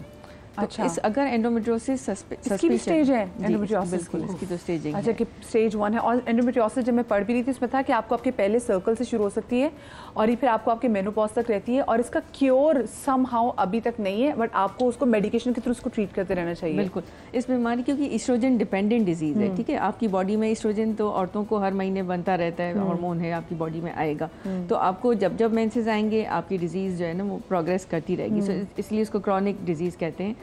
तो इसका इलाज मतलब आप बीमारी ख़त्म नहीं कर सकते, लेकिन आप सिम्टम्स को कंट्रोल कर सकते हैं। किसी को अगर दर्द है तो आप दर्द की दवाई दे दें, या कुछ अरसे के लिए उनको हार्मोन्स की दवाई दे दें। किसी को अगर बच्चा नहीं हो रहा तो फिर आप उसका स्पेसिफिक उस चीज़ का इलाज कर लें। सिस्ट अगर बड़ी हैं, जैसे 4 सेंटीमीटर के से बड़ी या 6 सेंटीमीटर की सिस्ट है, पेन हो रहा है तो फिर उनको ऑपरेट करना पड़ता है, और उसमें ओवरीज़ की सिस्ट को निकालते हैं। उसमें केयरफुल ये रहना होता है कि आप ओवरीज की सिस्ट निकालते हुए नॉर्मल ओवरी का टिश्यू डैमेज ना करें, वरना उनकी फर्टिलिटी मजीद ख़राब होने का चांस है। बिल्कुल, और ट्यूब्स एंड ओवरीज इतनी करीब होती हैं तो ट्यूब्स भी उसमें ख़राब होने का चांस होता है। सो ये पूरा लॉन्ग एक प्रोसेस है। अच्छा डॉक्टर साहब, मैं एक बात पूछना चाहूँगी कि आपने कहा कि अगर पेन होता है तो ये तो ज़्यादातर आप देखेंगे अमूमन बच्चियों को हमारी, और मतलब शादीशुदा औरतों को भी अक्सर ख़ास दिनों में आपको ये तकलीफ़ होती है, तो क्या ये बच्चियों को भी चेक करवाना चाहिए कि अगर दर्द है तो इस बारे में अवेयरनेस आप लोगों को क्योंकि अमूमन लोगों के घर में ये है, कहते हैं यार ये तो खास, ये तो एक नॉर्मल होता ही है। देखिए, दर्द होना एक ऐसा दर्द, आपने अगर पॉन्स्टोन दे दी, एक तो ये कि दर्द की दवाई खा लें वो सेफ होती है, पॉन्स्टोन सिंपल सी दवाई है, बच्चों को दे दें, लेकिन वो दर्द जो इन खास दिनों में हो कि आप अपने नॉर्मल रूटीन पे ना जा सकें, आपको स्कूल से या काम से या ऑफिस से छुट्टी करनी पड़े, उस दर्द को, और आपको वो मुसलसल रह रहा है, आपको 3 महीने 6 महीने से ज़्यादा हो गए हैं, इसके साथ आपको पेशाब करते हुए तकलीफ हो रही है या पखाना करते हुए तकलीफ हो रही है, या हर वक्त एक दुखन सी है, या हस्बैंड वाइफ अपन रिलेशनशिप करते हैं उसमें कोई पेन हो रहा है, तो ये चीज़ें हैं जो अलामात हैं जो ज़रूर आप जल्दी जाके डॉक्टर को दिखाएं, क्योंकि ये बीमारी जितनी जल्दी पकड़ में आ जाए उतना अच्छा है, क्योंकि यानी कि पहले आप पहले 3-4 पे जाने से पहले आप अर्ली स्टेज पे। जी मरियम, मैं आपसे एक चीज़ डॉक्टर साहब आपको बड़ी इंटरेस्टिंग एक साइंटिफिक एविडेंस बताऊं कि जो जेनेटिक कंपोनेंट है वो दोनों में एंडोमेट्रियोसिस और साइकेट्रिक इलनेस में नफ्सियात के मसाइल में एक जीन्स कॉमन है। सो इनको कहते हैं बाई डायरेक्शनल। बिल्कुल। तो इनको जिनको एंडोमेट्रियोसिस होता है उनको कहीं ना कहीं नफ्सियात वाले मसाइल का एलिमेंट आता है, और जिनको नफ्सियात के मसाइल होते हैं उनको एंडोमेट्रियोसिस भी होता है। लिंक्ड है एक जीन्स अभी फाइंड आउट हुआ है। और स्ट्रेस तो डॉक्टर साहब, स्ट्रेस तो आजकल आलमी इदारा सेहत के मुताबिक सबसे नंबर 1 प्रॉब्लम है। बच्चे भी कह रहे थे। और इसके बारे में हमेशा मैं एक मिसाल देती हूँ कि आपने कितना ही खूबसूरत जूता पहना हो, ब्रांडेड हो, लेकिन अगर उसमें एक कील है और आपको चुभ रही है तो आप कभी भी अच्छे से अच्छा रास्ता भी नहीं तलाश कर तय कर सकते, वॉक ही नहीं होगी, वॉक नहीं कर सकते। आपको स्ट्रेस हो रहा है, आपको नहीं पता चलता, लेकिन जब आपको वो कील चुभना शुरू होता है तो फिर आप जाते हैं और डॉक्टर के पास जाते हैं, तब तक बहुत सारी चीज़ें हो चुकी भी होती हैं। तो फर्स्ट थिंग, पहली चीज़ जिस पे तवज्जो देनी चाहिए कि आपको पता होना चाहिए कि आपका जहन कैसे काम करते हैं। हमारी 3 चीज़ें हैं, ख्यालात, जज्बात और मेरा रद्द-ए-अमल। मेरा नज़र का जाविया कैसा है, चीज़ों के बारे में मैं सोचती कैसे हूँ। जैसे डॉक्टर साहब ने बड़ी अच्छी बात की, अगर मुझे वजह ही पता लग जाए कि एंजाइटी डिप्रेशन क्या है, फिर तो मसला ही हल हो जाए। बिल्कुल। हम उस मसले के पीछे इतना काम करते हैं, पता ही नहीं होता। दूसरा, मेरे मिजाज में उतार चढ़ाव कितना कॉमन है। क्या मैं छोटी छोटी बातों को लेके बहुत लंबे अरसे तक परेशान होती हूँ? क्या मुझे उदासी मायूसी के बहुत अलामात होते हैं? तीसरा, मेरा रद्द-ए-अमल क्या है? जब भी ज़िंदगी में कोई मुश्किल आई, कोई परेशानी आई, तो मैंने उसको रिएक्शन के तौर पे लिया कि मैंने उसके हल तलाश करने की कोशिश की। तो बड़ा सिंपल सा 4 सवालनामा, एक जैसे सारे नाजरीन के लिए और सारे डॉक्टर्स के लिए भी, 2 सवाल एंजाइटी के, 2 सवाल डिप्रेशन के, जिसको हम PHQ-4 स्केल कहते हैं। बहुत आसान है। 2 सवालात एंजाइटी से रिलेटेड, क्या मुझे हर वक्त बेचैनी, इस्तराब रहता है, इतना कि हर चीज़ को ले के रहता है, हर चीज़ ओवरथिंक हर दफ़ा हर वक्त रहता है, हर चीज़ को लेके। आपके मुझे 1900 दूर में एक बात कह दी थी, हाँ मैं जवाब क्यों नहीं दे सकती। एग्जैक्टली, ये हाँ ही होता है वैसे मोस्टली। दूसरा सवाल ये कि मैं कंट्रोल भी करना चाहूँ लेकिन मैं अपने ख्यालात को कंट्रोल नहीं कर सकती। और मरीज़ ज़्यादातर हमें ये बताते हैं कि रात को जब वो बिस्तर पे लेटते हैं उनको ऐसा लगता है कि फिल्म चल रही है या चक्की चल रही है, कोई मशीन उनके ज़हन में चल रही है। हाँ, 2 सवाल ये और 2 सवाल डिप्रेशन के, क्या मुझे हर वक्त उदासी, मायूसी, परेशानी रहती है? और नंबर 2 ये कि क्या जिन चीज़ों में मुझे मज़ा आता था, मेरी हॉबीज़ हैं, मेरे मशागिल हैं, क्या उनमें मेरा दिल नहीं लगता? Lack of interest. 4 सिंपल से सवाल आते हैं, 2 एंजाइटी के, 2 डिप्रेशन के। आपको कहीं से भी लिंक मिले फ़ौरन उसको रेफ़र करें, क्योंकि देखिए आपके पास अगर इलाज मौजूद है तो फिर आप इलाज क्यों लें? हम जहन को बिल्कुल एक ठप्पे की मानंद क्यों ले लेते हैं? हम सब घर वालों को इसमें सपोर्ट करना चाहिए। कहीं पे भी मियाँ को, सास को, ससुर को, बच्चों को फ़ील हो के दूसरे बंदे का जो रद्द-ए-अमल है या जो रवैया है वो ठीक नहीं है, तो आप सब मिल के उसको ठीक करने की कोशिश करें, बजाय ये कि उस पर ठप्पे लगा के उसको मज़ीद और बीमार करते हैं। बिल्कुल जी जी। उसको ठीक करने की कोशिश करने के लिए अपना पॉजिटिव होना ज़रूरी है। नेगेटिव हो के आप उसको पॉजिटिव नेगेटिव है तो आप किसी को पॉजिटिव क्या करेंगे? बट लेबल बहुत है। नंबर डॉक्टर एक छोटा सा जुमला, हम एंडोमेट्रियोसिस की बात कर रहे हैं और 2 मरतबा ये जुमला आया कि फर्स्ट डे से लेकर के मेनोपॉज तक होगा। मैं इसमें दरख्वास्त करना चाहूँगा, इसको ये तय कर लें कि इसके मुख्तलिफ दर्जे हैं। जैसे उन्होंने कहा स्टेज है, कुछ दर्जों में वो काबिल इलाज है, कुछ दर्जों में वो काबिल इलाज होने के साथ साथ वो कंसीव करने के काबिल भी है, और एक दर्जा ऐसा आएगा जहाँ पर वो कंसीव करने के काबिल नहीं है। तो इसको, इस जुमले को थोड़ा सेलिब्रेट करें, यानी कि इसको आप इससे क्योर हासिल कर सकते हैं? बिल्कुल क्योर हासिल नहीं कर सकते, लेकिन उसकी प्रोग्रेस जो है उसको हम कम भी कर सकते हैं। अच्छा, और कंट्रोल कर सकते हैं। कंट्रोल करके वहाँ पर कोई खातून अगर है तो वहाँ पर उनके साथ अगर कोई प्रॉब्लम है तो वहाँ पर वो कंसीव भी कर सकती हैं।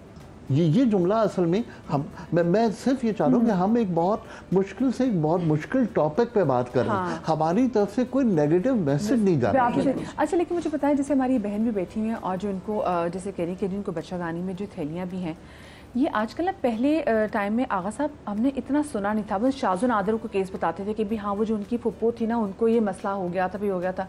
लेकिन आजकल हम जिस एरा में रह रहे हैं, हमारे आप 5 बच्चियां निकालेंगी ना, उनमें से 3 को समाओ कोई फाइब्रॉइड या कोई ऐसा मसला होगा। ऐसा क्या हो रहा है हमारी डाइट में, हमारे आसपास की प्रॉब्लम हमारे में? हमारी पूरी डिस्कशन में 3 चीज़ें हम लोगों ने डिस्कस की। Number 1 management of hormone. अब मैनेजमेंट ऑफ हार्मोन के लिए हम कहाँ खड़े हैं, हमारी ग़िज़ा क्या है, और उन तमाम चीज़ों के अंदर हार्मोन्स का इन्वॉल्वमेंट कितना ज़्यादा है, तो उससे हमारी ज़िंदगी में क्या असर पड़ रहा है। नंबर 2 हमारी सोच क्या है।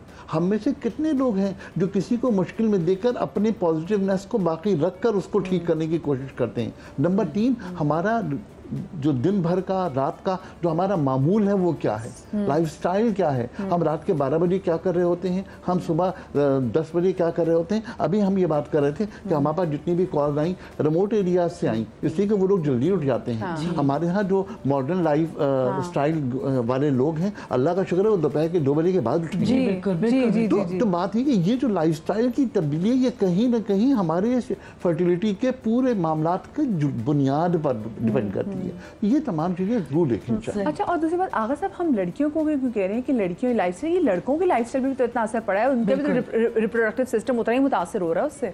असल में मसला क्या है, एक तो ये कि रात को 2-2:30 बजे तक जागना और सुबह 8 बजे उठकर ऑफिस के लिए फजूल में दौड़ना, और ऑफिस में जाकर के 10 बजे 10:30 बजे जाकर के होश में आना, उससे पहले होश में ना आना, ये तमाम चीज़ें तो मर्दों के साथ मौजूद हैं। और अगर मैं किसी कंपैरिजन की बात करूं, स्टडीज अच्छा, मुझे हंसी से आप कह रहे हैं, मुझे हंस क्यों, क्योंकि आपने कहा 2 बजे तक जागना, तो मैंने कहा अच्छा मैं तो 3-4 बजे तक जागती हूँ, फिर नींद जो आ जाए उसमें भी शो कर रही होती है। और मज़े की बात ये है कि हमने अपना लाइफस्टाइल इस तरह बना लिया है कि अब तो रमज़ान में भी हमारा, मुझे अच्छी तरह याद है कि हम अपने बचपने में सो जाते थे और सहरी में उठते थे, लेकिन हमारे बच्चे अब वो सहरी करके सोते हैं। अब नॉर्मल लाइफ जो है ना रमजान ही की हो गई है, लेकिन वही टाइम होता था उनके लिए। मैं दरखास्त ये कर रहा था कि जो स्टडीज हैं वो ये कहती हैं कि अगर इनफर्टिलिटी की जिम्मेदार एक बीवी है तो 50% नहीं 60% मेल है, 60%। इसलिए कि हम उस टॉपिक पे अभी तक बात नहीं कर रहे, लेकिन ये कहना ज़रूरी है कि इन तमाम चीज़ों में मैं जो ढके छुपे अल्फाज में मैंने एक जुमला कहा कि जी आप बजाय ख़ानदान के किसी और फर्द को ले जाने के आप अपने हस्बैंड को साथ ले जाइए और वहाँ बैठ के डॉक्टर से डिस्कस कीजिए हर चीज़ को, उससे गाइडेंस लीजिए, इसलिए कि वो एक कंपैरेटिवली खातून ऐसी है जिनके पास। मुझे ब्रेक लेनी, छोटी सी ब्रेक के बाद हाजिर होते, डू नॉट गो एनीवेयर।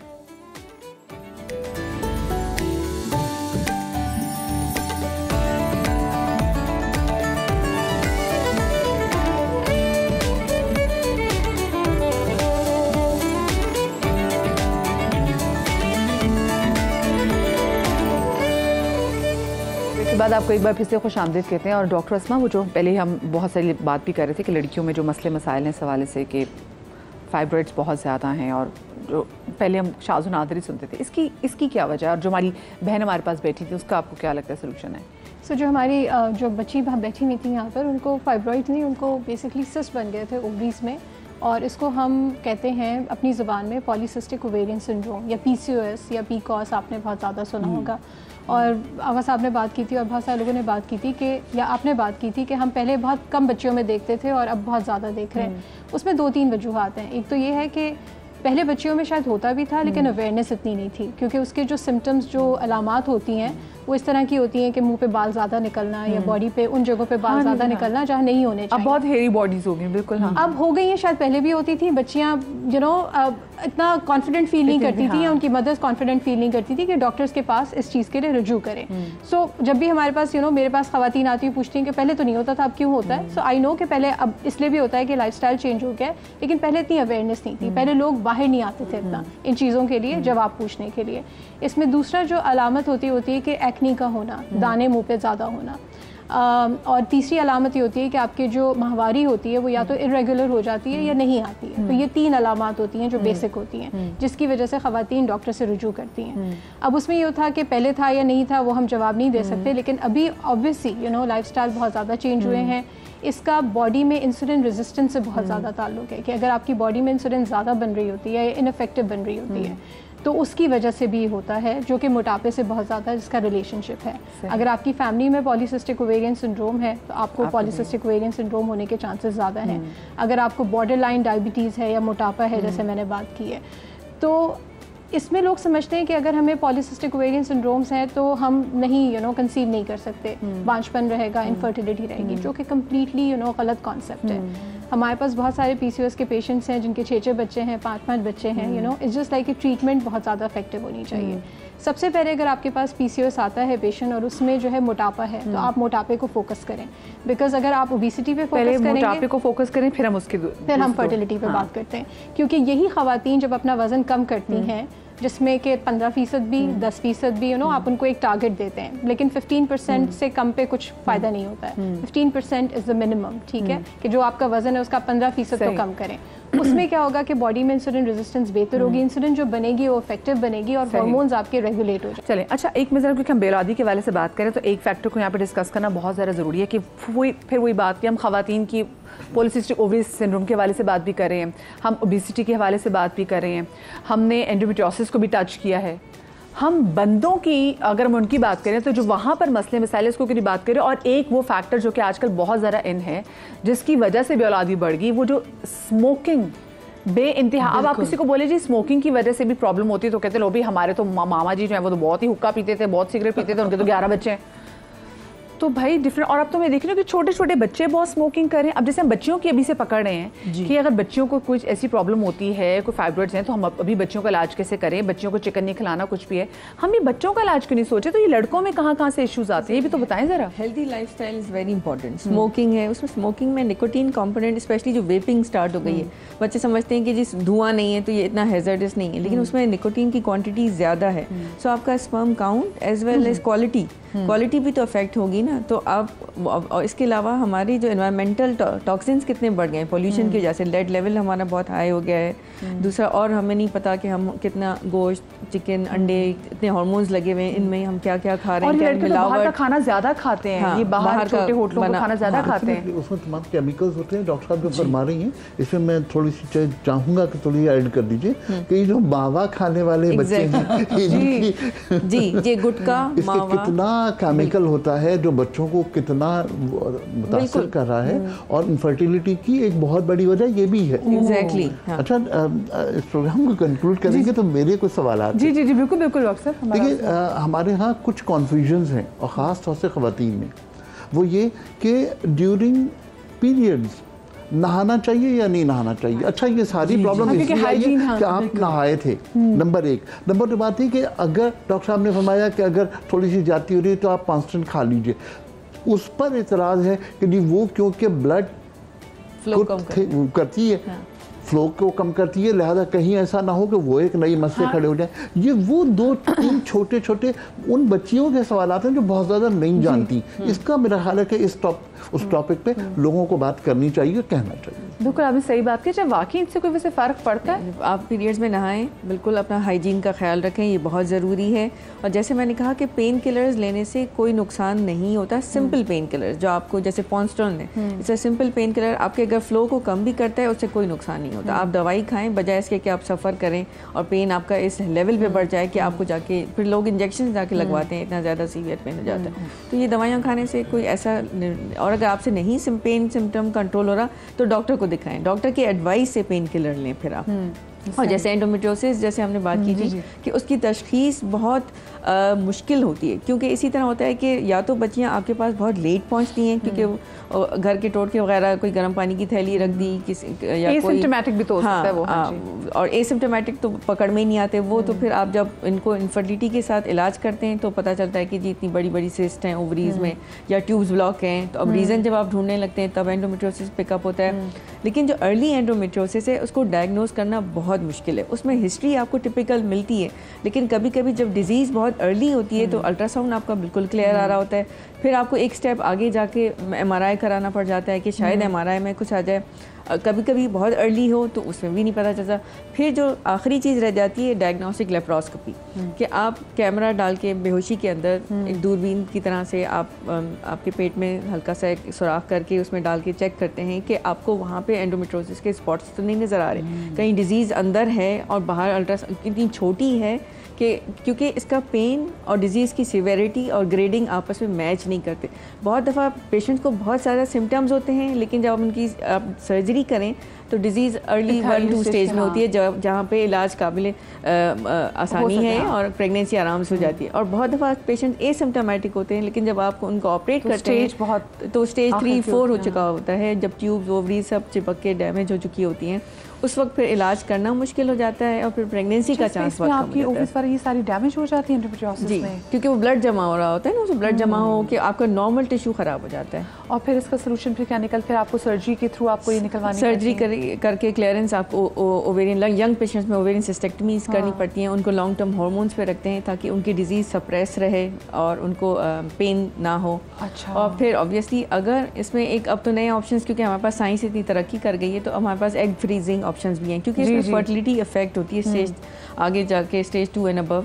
तो इसमें यंग लड़कियों को अगर एंडोमेट्रियोसिस डायग्नोज अर्ली हो जाए तो उसमें ये भी ऑप्शन है कि आप एग फ्रीजिंग करवा लें, क्योंकि ये इसका मैंने आपको बताया क्योर कोई नहीं है, क्योंकि आपको साइकिल तो हर महीने आएगा और हर महीने आपको फिर वो पेन होगा, तो उसमें एंडोमेट्रियोसिस बढ़ता ही रहता है। आप डिजीज़ सप्रेस करने के लिए दवाइयाँ देते रहेंगे, लेकिन आपके बहुत लॉन्ग टर्म भी नहीं दे सकते। अच्छा। सो उसमें फिर आपकी ओवरीज नॉर्मल औरतों के मुकाबले में जल्दी एग्जॉस्ट हो जाती हैं, आपके एग्स ख़त्म हो जाते हैं। देखिए, egg freezing is another option which is coming up, कि आप इन बच्चियों के एग्स फ्रीज कर लें एंड देन जब प्रेगनेंसी प्लान कर रहे हो या शादी हो जाए तो आप उनको यूज़ कर सकते हैं फॉर IVF। अच्छा, मुझे हमारे साथ एक सुमेरा बहन भी है। सुमेरा, मैं जानना चाहूँगी आपके साथ क्या सवाल है। जी, मेरी शादी को 18 साल हो गए। मेरे साथ ये प्रॉब्लम है कि मेरे ना एग्स नहीं बनते। मैंने बहुत इलाज करवाया, बहुत ज़्यादा डॉक्टर्स के पास गई, गायनेकोलॉजिस्ट को बार बार दिखाती रही। काफ़ी टाइम मैंने तकरीबन 13 साल तक मैंने इलाज किया, लेकिन कोई भी मुझे कहीं से भी कोई फ़र्क नहीं पड़ा। ये कि फिर मैंने अब स्टॉप कर दिया, कुछ भी नहीं है, क्योंकि कहीं से मुझे कोई फ़ायदा ही नहीं हुआ। मैंने बहुत मेडिसिन खाई। जब मेडिसिन ज़्यादा लेती थी तो फिर ये होता था कि मेरा वेट बहुत गेन हो गया था, मैं बहुत ज़्यादा मोटी हो गई थी, तो फिर मेरे और मज़ीद प्रॉब्लम्स हो गई थी। तो ये कि मैंने अब सब छोड़ दिया, अब मैं कोई इलाज नहीं कर रही। अपने टेस्ट जो करवाए थे उसमें कितने अल्ट्रासाउंड्स थे?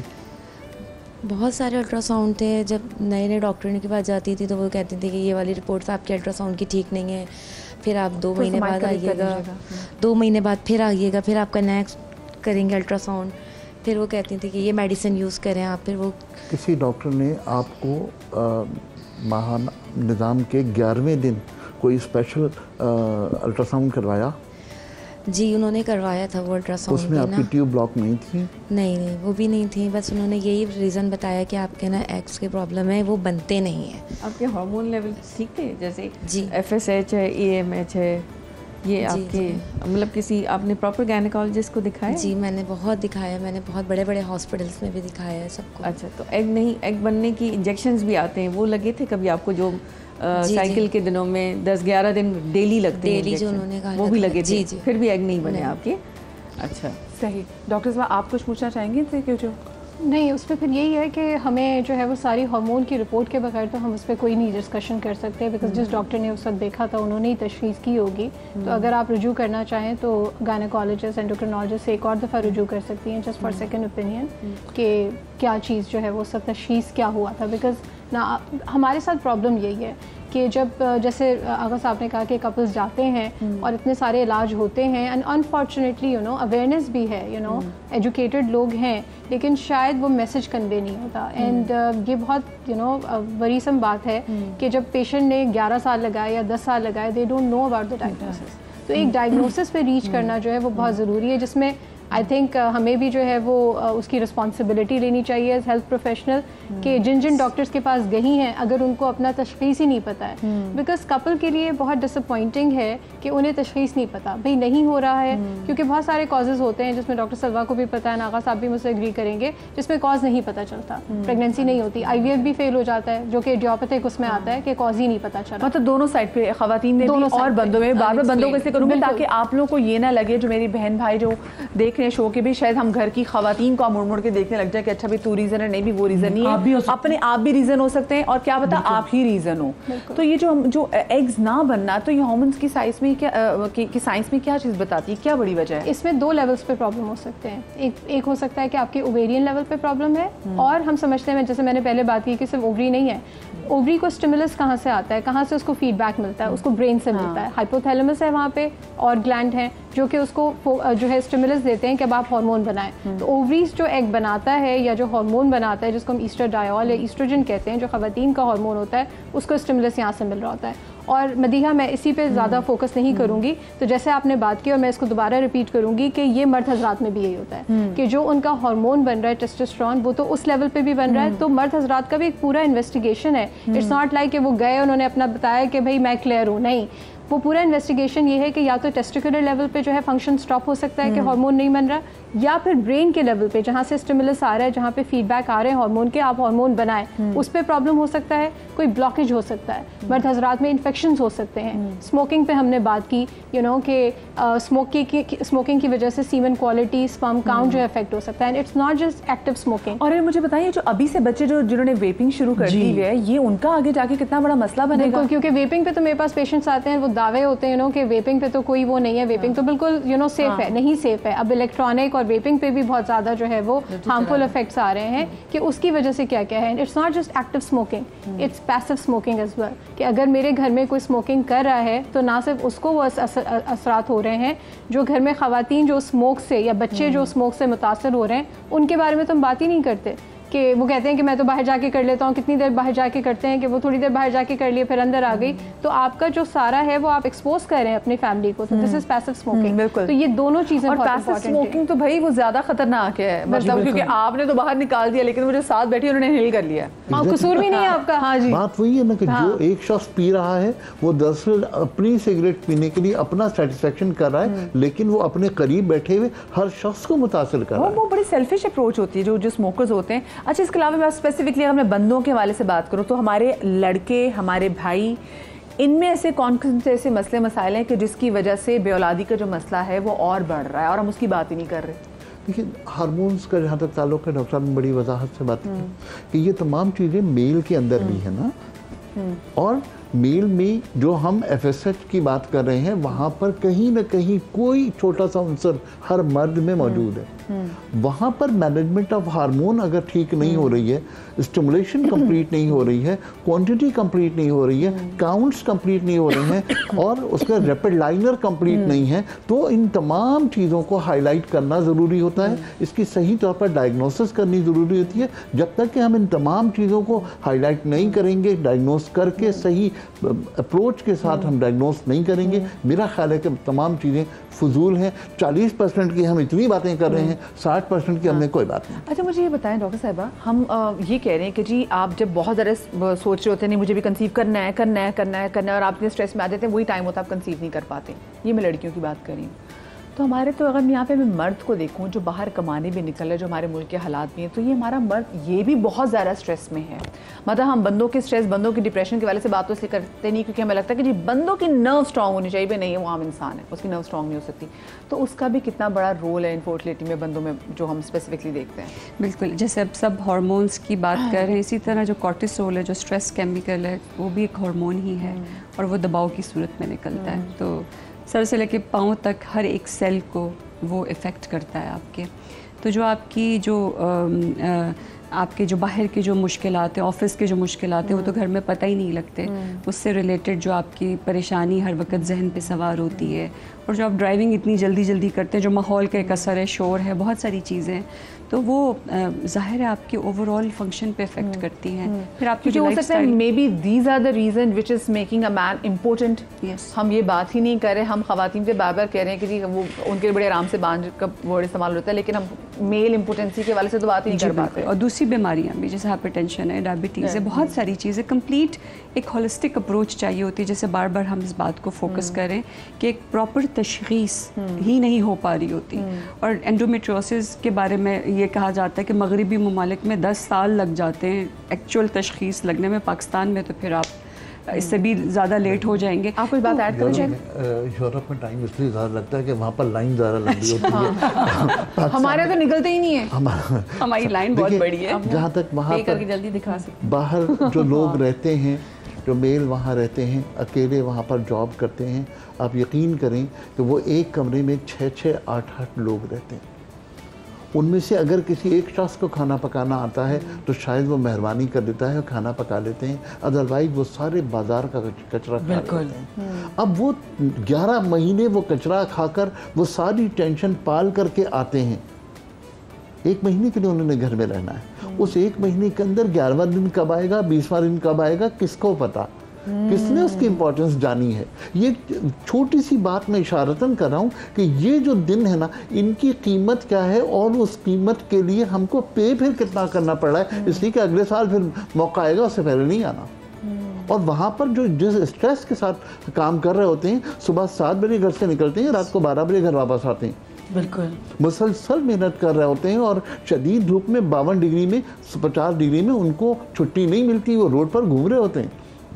ये तमाम चीज़ें करने के बाद फिर उनके पास वो 10 दिन का टाइम है। लोग कहते हैं 30 दिन का, मैं कहता हूँ नहीं 10 दिन का टाइम है, क्योंकि you don't talk about ovulation भाई। वो भी एक टाइम आता है। अगर पेशेंट गलती से पहले कभी आ जाए इनफर्टिलिटी के एवेल्युएशन के लिए और बता दे कि हस्बैंड वहाँ है, तो मैं तो हमेशा उनको समझाती हूँ कि प्लीज़ उनको बोलें छुट्टियाँ प्लान करके आएँ, हमसे पूछ के जाएंगे किन दिनों में यहाँ पहुँचें, ताकि हम आपको पहले ही दवाइयाँ खिलाएं और आपका ये टाइम सेव हो जाए, इसको आप यूटिलाइज़ कर सकें। सही। अच्छा, और डॉक्टर साहब मुझे बताएं, जो डिफरेंट ब्लड ग्रुप्स होते हैं उनके भी तो आप ये होता है ना कि आपको कंसीव करने में प्रॉब्लम होती है, फिर अगर आप कंसीव करें तो मिसकैरेज हो जाता है? नहीं, उसमें ये नहीं होता। उसमें अगर ब्लड ग्रुप अगर नेगेटिव है मदर का और फादर इज़ पॉजिटिव, तो उसमें ये होता है कि अगर बेबी ने या मदर का ब्लड ग्रुप ले लिया तो देन दैट्स ओके। अगर बेबी ने फादर का लिया तो वो उसमें एंटीबॉडीज़ बनने का रिस्क होता है मदर के अंदर। सो वो नेक्स्ट प्रेगनेंसी के लिए कॉम्प्लिकेशंस खुदा न खास्ता हो सकती है, तो उसकी प्रिवेंशन के लिए इंजेक्शन आता है एंटी-डी जिसको हम कहते हैं, जो हम प्रेगनेंसी में लगाते हैं 7 और 8 मंथ में। डिलीवरी के बाद बेबी का ब्लड ग्रुप अगेन चेक होता है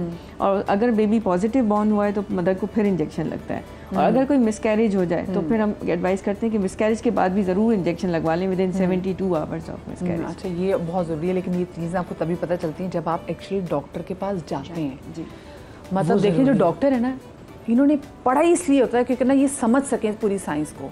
जो उन्होंने इतने साल लगा के पढ़ लिया ना, वो आप और मैं गूगल पे फाइंड करके नहीं ढूंढ सकते। तो आपको अपनी हर बीमारी के लिए, स्पेसिफिकली इस बीमारी के लिए जिसमें आप अपने रिप्रोडक्टिव सिस्टम के साथ छेड़छाड़ करने जा रहे हैं ना, वो बगैर डॉक्टर के पास गए आप उसका हल खुद तलाश नहीं कर सकते। आप तमाम तो लोगों का बहुत शुक्रिया। आप लोगों से इजाज़त चाहते हैं, इंशाल्लाह कल आपसे मुलाकात होगी। शाद रही, आबाद रही, अल्लाह पाक आपको औलाद के गम से महफूज रखें।